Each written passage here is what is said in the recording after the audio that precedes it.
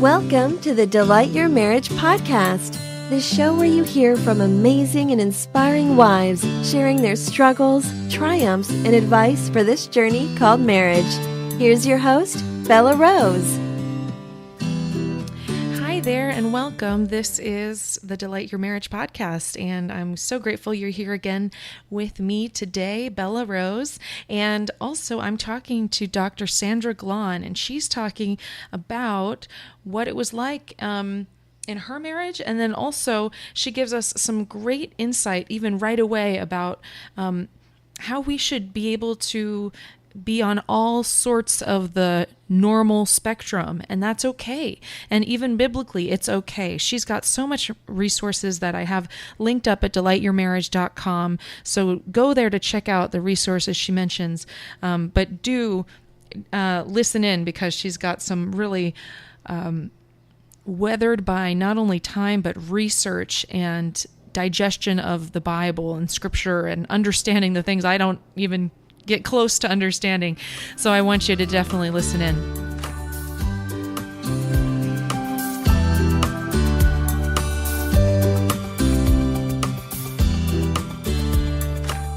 Yeah, I would just summarize it as a theology of the body. It affected a book that Dr. Cutrer and I wrote, Sexual Intimacy in Marriage. We recognized that a lot of people were talking about their sexual difficulties when in many cases, there was either a physical problem causing pain that people attributed to a psychological or spiritual problem, or the opposite, they did not have satisfying technique because there wasn't kindness in their marriage. They needed a better theology of how to interact with each other.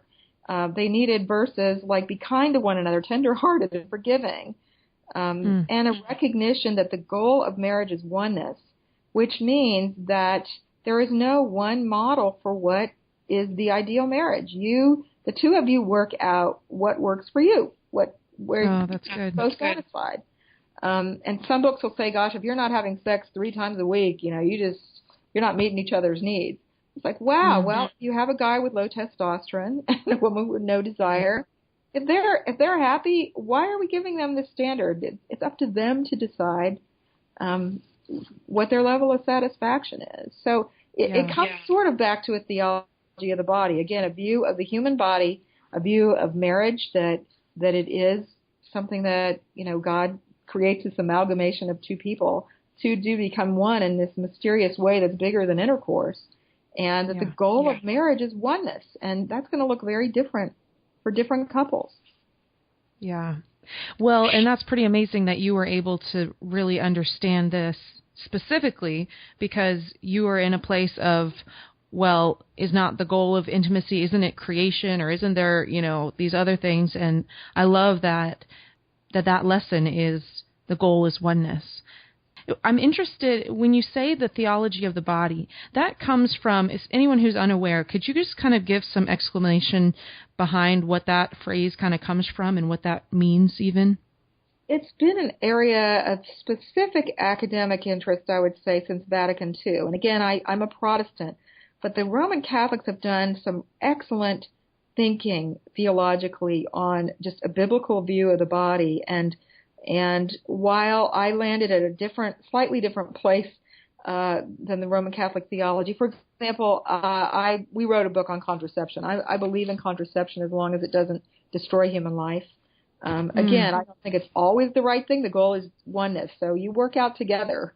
What is our goal and what is honoring to God? As you ask the Holy Spirit to help you. There's again, one model for every marriage. So I did land in a little bit of a different place than the Roman Catholic Church theologically, but still they give great dignity to the view of human sexuality, of purity, of human oneness, and part of concluding that the goal is oneness came from some of my studies of, are they really teaching that procreation is the goal? Well, it's a goal. It's a very important goal in Catholic theology. Yeah. So here I was, a woman who could not procreate, wrestling with, if if it were true that only procreation is a legitimate reason for marriage, then we would just tell people to divorce when they hit menopause, right? Or not remarry or whatever if you're in menopause and you're widowed or whatever. And just noticing as we're, again, going back to Genesis, wrestling with what is a woman, what is intimacy, what is the goal of this, to see that two will become one is the consistent thread from Genesis through Ephesians. Anytime marriage is talked about, two become one. And again, in Ephesians, Paul isn't talking about sexual intercourse. He's talking about a head and a body. And so often, I think we do ourselves a great service by seeing an org chart in that, and we make a hierarchy in that instead of seeing a literal head connected to a literal body, that two are one. And so when he's saying the husband is the head of the wife, he's not saying he should become the head or it's something he should make as a to-do list. He is saying this is the reality, in the same way that, if you will, sexual intercourse is horizontal to become one, a head and a body vertical to become one. So he's taking sort of the same metaphor and image and flipping it up and saying in a different way, she are him and he are her. And you are connected. That's why he tells wives submit. It's not obedience. It's not beating into subjection. It's saying a literal neck under a literal head. If it's disconnected, it's a beheading. So with the metaphor, he's choosing words that go with the metaphor of a physical body, of a head and a body. And so he is also talking to, in a culture where the husband is the paterfamilias, which is the person with all the social power, whether it's over the wife, whether it's over the children, whether it's over the slaves in one household. He's not saying that's the ideal setup. He's just talking to the person with the most social power in that setup, saying, you got to love your wife as Christ loved the church, which means lay down your life, which was an insane idea in Roman culture. The powerful person would never have violence done to the body. And part of what made him macho in the first century was nobody touches my body. And if somebody touches my body, it's because I'm lower class, it's because I'm a slave, it's because I'm an actor, which was a shameful occupation, it's because I'm a gladiator. Somebody else has control of my body. And that's a shame in that culture. Which then, if you look at what Jesus allowed on the cross, to be naked and spit on and poked, he's volunteering for the worst shame possible. You even look at Paul going into Philippi and being thrown in the jail and not pulling his "I'm a citizen" card, you can't beat me up, until after they beat me up. Like, he didn't pull his name card until it was going to have cred for the gospel. So all of these metaphors that we have, it really helps us sort of understand the first century backgrounds to get at, again, what's the purpose of marriage? To become one. And those two are the ones who decide before God, with the help of the Holy Spirit, what does oneness look like in our marriage? It might mean she pays the bills because she's better at it, instead of this arbitrary assignment of roles. Wow. That's really great. So do you think there's certain things in the marriage household that him being the head, these things are, we don't deal with that, or in terms of that's not a negotiable kind of thing? I don't think Paul is at all going for a division of labor and who does what, and he's not going for roles. He is giving a metaphor that illustrates what oneness looks like, and then his command to the husband is not lead. His command to the husband is agape love. It's not even phileo love. It's not like, people sometimes will say her need is love and affection and his need is respect. I say baloney, okay? Because you can't give love and affection and lay down your life for somebody you don't really respect. And you can't really just give respect to somebody that you don't love. Okay. I see what you're saying. So, I don't want my husband to sacrificially unrespect me. Or maybe, I'm not saying that that's what they're not teaching, that he should disrespect me, but they're just saying my need is not for respect as much as love. And that is not what Paul is saying. When he tells husbands to love, he's not talking about phileo love. He's talking about agape. He is talking about the hard giving up of yourself. So if anything, the husband needs to be willing to fold the socks. I mean, right? I mean, instead of bring me a drink, it should be, do I need to cook dinner for us tonight? Right? And you see this throughout the Gospels and throughout Paul, that he is giving up his man card. And you see Jesus saying, I would have gathered to you to me like chicks, He makes himself the mother hen. Yeah. This I'm not saying men or women are not different. They are different. We are definitely different. What I'm saying is we should not resort to essentialism, where all men have to be less emotional than women and all women, are more interested in relationships than work or whatever. I mean, we make generalizations that just are not true of the diversity that God has given humanity. They say they're generally true. But the minute you say that, people sometimes say, then that's how it ought to be. And if two become one, then you study your husband and your husband studies you, and you say, we are unique. That may be true of every other marriage, but in 3% of marriages it's like this, and we're that 3%, and this is how we're going to do it. And we're both happy doing it this way. Yeah. I like that. It's funny. I just did a webinar last night where I talked about man's desire for respect is a lot higher than us women's desire for respect. And so it's good that we're talking about this, because there are certainly marriages that aren't going to resonate with that kind of talking. Absolutely not. So I'm grateful for understanding that there's a lot of grace and not just grace, but also there's a lot of purpose in the outlying. I guess the outliers, is the best way to say it. Outliers is a good way to say it. That look, there are marriages where the wife has the more robust sex drive, and they can go to conferences, and both of them feel like losers when they walk out, because the husband's like, I'm not pursuing you, and she's like, I'm not satisfied, and we're abnormal. In addition to the challenge that is for their marriage, they're adding a label of abnormal and unlike everybody else, and. So again, if we could broaden the range of normalcy and say the two of you work out what's you, and that's what makes you unique. There are no prizes at the end of this thing for being the most normal. Oh, that's good. That's really good. Well, and there's also lots of resources for people that are on the less normal, I guess. Yeah. Which is good, which I really love. Go ahead. One of the things that we discover as we talk about the outliers, if you will, is that, it's a bigger group than we thought, because once we made it socially acceptable to talk about, then more of them come out of the woodwork. This is true of me when I got my initial diagnosis of having antibody issues. They said, you're 1 in a million. Well, fast forward to 20 years with antibody studies, I'm in the normal range. Oh, wow. They just didn't know very much about antibodies back then, and didn't realize how many people struggled with it and how many, there just weren't as many tests. So I hear sometimes that we're doing the same thing with marriages, where so often the people that do the teaching on marriage are like me, they're extroverts, and they talk to each other extroverts, and so often it turns out that we're providing an extroverted value marriage picture. And fortunately, books like Quiet, there's a lot more work being done about introverts these days to discover what's sort of deeper and more normative for a lot of people.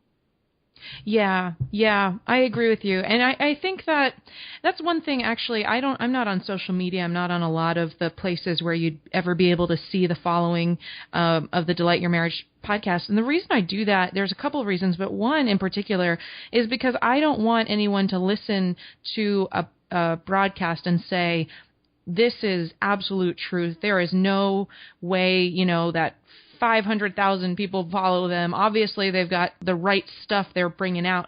I kind of hate the focus that we have on followers and all that, because it almost makes a person that's consuming the information not question it. And that's not ever what we are told to do. We're supposed to be going out as serpents in as wise as serpents, but gentle as doves, Yeah, and the bereaved are more noble because they search the scriptures to make sure this was true. I mean, we should be asking, and I agree. There is a deep concern I have with celebrity Christianity. We have some wonderful Bible teachers out there, and they're worth listening to. But even those, we got to check ourselves. When Dr. Bill and I were doing conferences, about once a year, I would just have to go back and restudy the things I was teaching, and I would find places, wow, I got a little off there. Just go back to this is a football, go back to the very basics.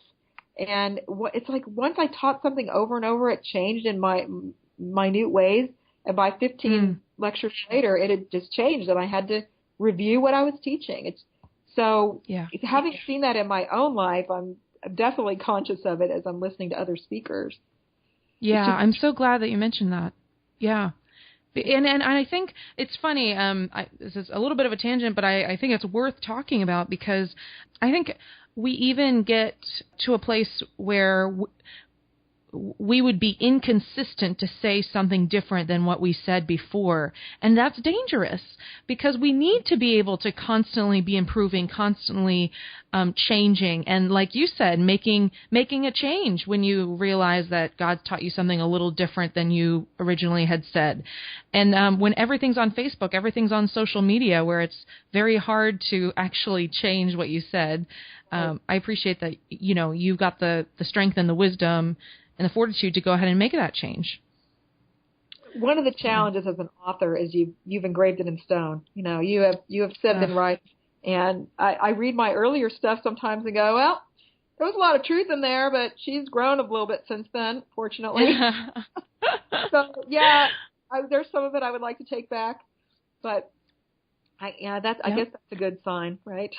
Yeah, it really is. It really is. And I think I did philosophy in college, and I'm trying to think of the philosopher that I think it's Emerson who said the hobgoblin of little minds is to basically he says you should be able to say something what you think today and tomorrow say something completely different and basically not have that fear of being inconsistent. And I think that's part of like growing as people. And I think, everyone listening is on social media to some degree probably. And so it's also something they're probably grappling with as well. So we're all becoming better. We're all growing at this thing. So I love your insight because you've given us a lot to grow from, which is really good. Okay, well, I want to ask how things are looking like now in your marriage after having gone through a 10-year challenge. Like, what does your marriage look like now? I would use the word durable in the best possible way. Just that, we're in our year 36 now, and it's very little drama. It's deep, it's settled, it's secure. That doesn't mean we don't continually have to work and weed the garden. Of course, you never lose that. But I know that my husband loves me in depths that I never would have seen if I hadn't, walked through the valley that we walked through, and just seeing what a servant he was to me, and to see how he gave up a lot of his dreams. We both gave up a lot of our dreams, and that was worth it to him. And hopefully he would say the same of me, that the love it's deeper. I would say that a lot of times settled love, and I use settled in a positive sense, it can be a lot like a winter of growth, in that there were some seasons where you might not have seen a lot of leaves on the trees because we were just both grieving, but the roots were going deeper. So I would say we're back in spring now. There's just more fruit because it was a really hard season where you really couldn't see much growth, but it was just a long, I think Gene Peterson calls it a long obedience in the right direction, or the same direction. Saying life isn't very fulfilling right now, but I'm committed. And this is a hard season, but I'm committed. And hormones stink, but I'm committed. Some of the fertility drugs made me feel like I was going insane. Really? Wow. Well, it's interesting you should say that, because I just had a baby 6 months ago, and so some of the hormones I actually didn't even know that literally they were affecting me in ways that the doctor later had to tell me that they were. So I can only imagine that hormone levels would be incredibly challenging. And I love that you share this whole picture of seasons, and that's what the Bible talks about so often is seasons. And I've heard a number of times from veteran wives that talk about seasons of their marriage, and it's just beautiful to think about. If you wife are listening to this and you're in the winter, listen to Dr. Sandra. She's telling you that could be roots, there could be things that are happening even without your knowledge. What would you kind of tell someone that's in the winter? What kind of encouragement could you share? Ecclesiastes says, too, everything there is a season. There's a time to tear down and a time to build up.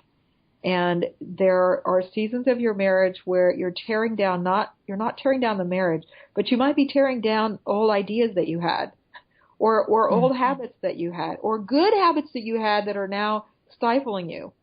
And just to recognize that when we're in a winter of a relationship, roots are unconscious of how slowly they're growing. I mean, it's so microscopic that you can't see it, and it can really look like this isn't getting anywhere, this isn't going anywhere, this isn't improving. We are terrible judges of our own hormones sometimes, of our own growth sometimes. I think sometimes when we can feel closest to God is not necessarily when we're doing the best spiritually.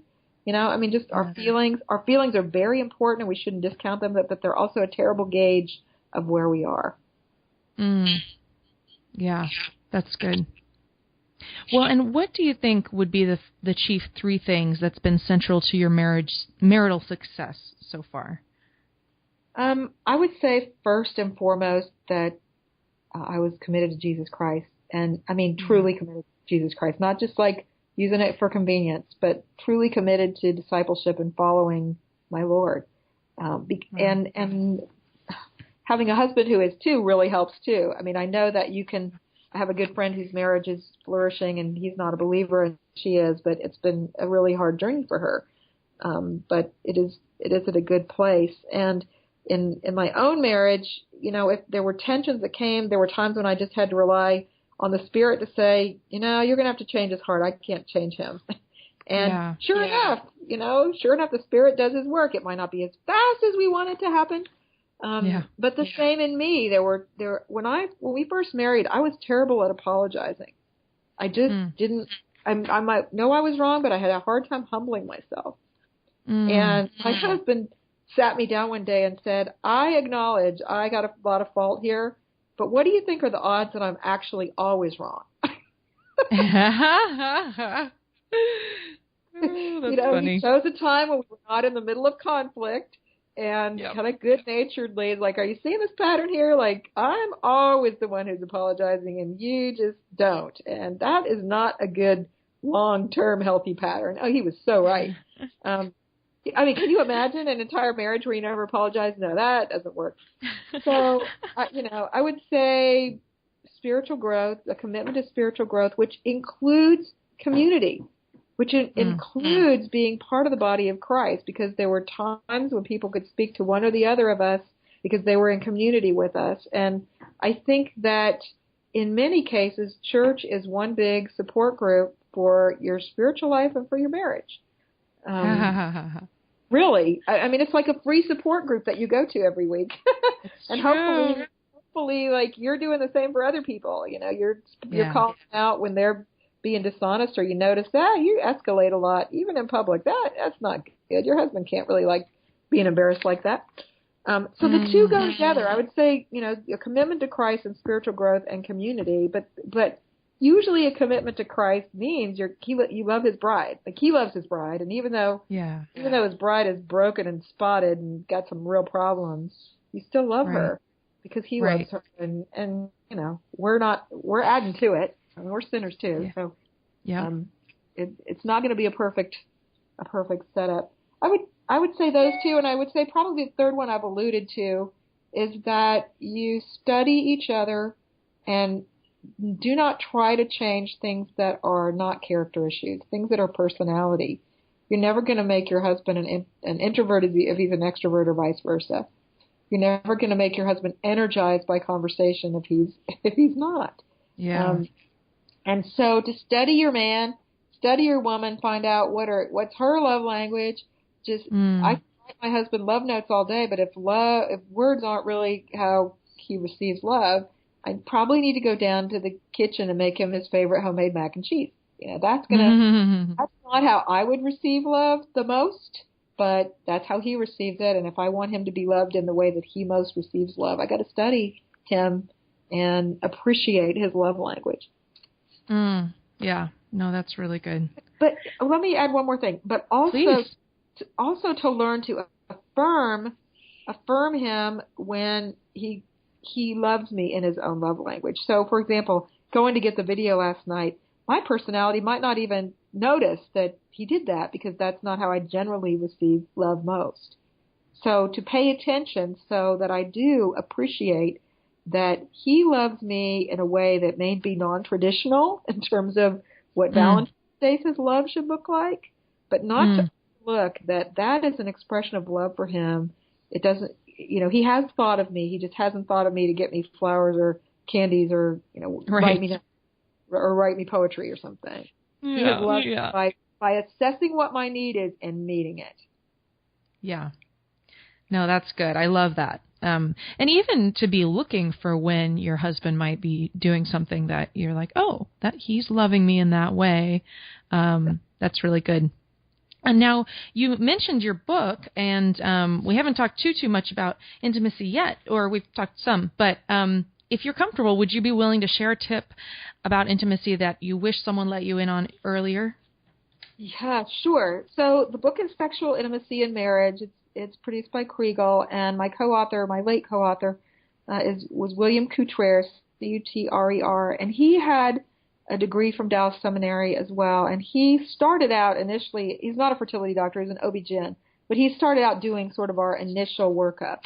And it really helped guide us theologically through the long journey of infertility. And at the time, there wasn't much on the market that did anything other than say, don't do it, it's a sin because it's high tech, or anything goes. And we really needed more guidance than that because we wanted to respect life at the one-cell stage, but we also, it wasn't quite as cut and dried. He was frustrated because he was the doc to many, many seminary couples, and there were sort of two standard sex texts at the time, and neither of them provided a theology of marriage and a biblical view of marriage and oneness. And then out of that, the context for technique, right? They were either they were mostly just technique books, and he's like, yeah, most of the physical problems are solved by being kind, right? And so I would say what I wish I had been told is that the number one sex problem is communication and talking about what you like and what you don't like, or what you don't know. It's like, I don't even know what I like. I don't know what works for me. One day one thing, and sometimes something else. Yeah, I'll so second that. It is just all about the honest, open communication, that intimacy that you're supposed to be having on every side of the bedroom, So, and it follows you in there too. That's awesome. Due to the specific marriage that you've had, what opportunities have you had to serve God or get to know Him better? Well, just the whole I will be with you. I mean, praying for God, show me your word. I've picked up so much Christian subculture, and it's really hurting me right now. I have one view of Christian marriage, and that is you have kids and you stay at home and you have an herb garden and you wear Birkenstock. I mean, I'm kidding, but school. And I didn't have any other vision for my life. It certainly didn't involve going on for a master's of theology and a PhD. And so, I mean, I sort of went kicking and screaming back into education simply because I never had career goals. But the doors kept opening for me to teach.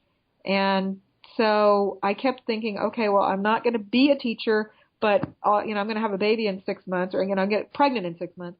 But for the next 6 months, I need to have something to do with myself. So I'll take another class. I'll take a class in something that interests me. Wow. Now, you mentioned the book, and we're going to have this linked up, Sexual Intimacy in Marriage, because I want everyone to get a chance to purchase that. Now, did you also want to give another book or program that you would specifically recommend to our audience? They can find a lot of resources from our past writings at my website at aspire2.com. It's ASPIRE and the number 2.com. And as I mentioned, the Contraception Guidebook has just been re-released as an ebook by Authenticity Bookhouse. And even though I will say some of the studies are a little outdated because when we just re-released it, we didn't do an update of all the medicine. But all the theology is there, all the questions, the things that don't change, the questions about, we do really explore in great detail, does the pill cause abortion? Is it safe for IUDs? Some of that data really hasn't changed. And so for those who are concerned about the ethics as we were, if you've decided that contraception is something that you're comfortable with, then trying to work through what's ethical. There are a lot of resources in the Contraception Guidebook. That was a Zondervan / Christian Medical Association book initially. So we had the CMA help on that, which was really helpful. Yeah. Awesome. Okay. Well, then I wanted to ask you, kind of lastly, if you could go back to your year one of your marriage, the first year, and sit yourself down, what is the one piece of advice that you would give to you?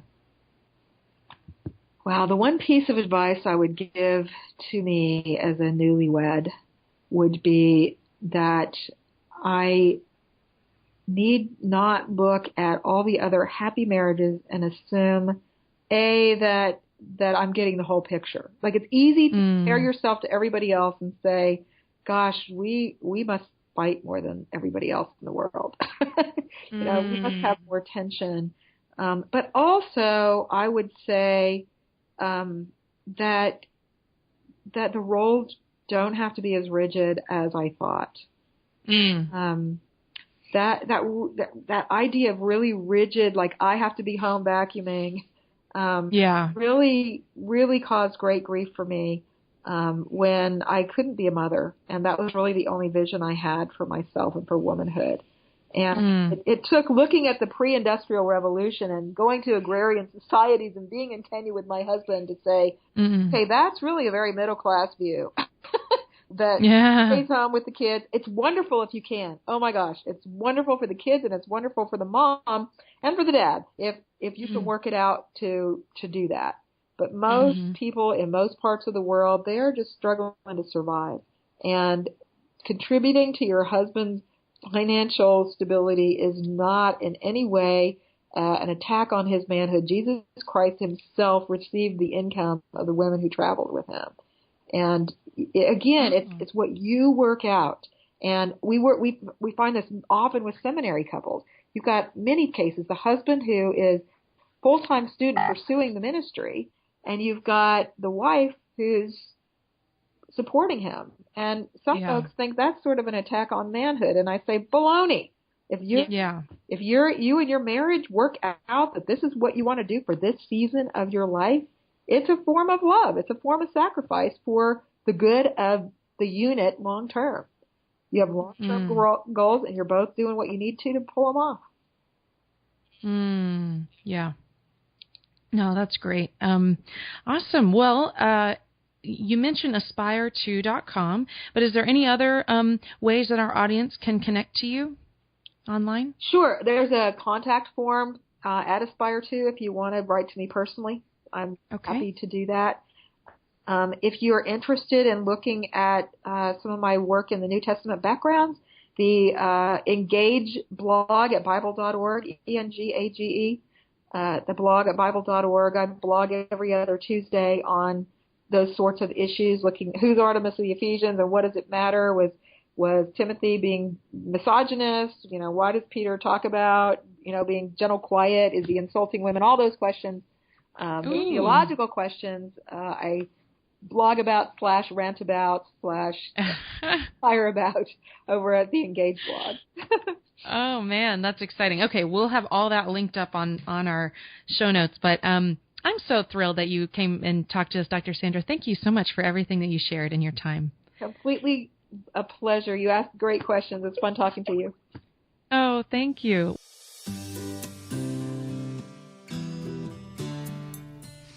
Wow, awesome stuff, wasn't it?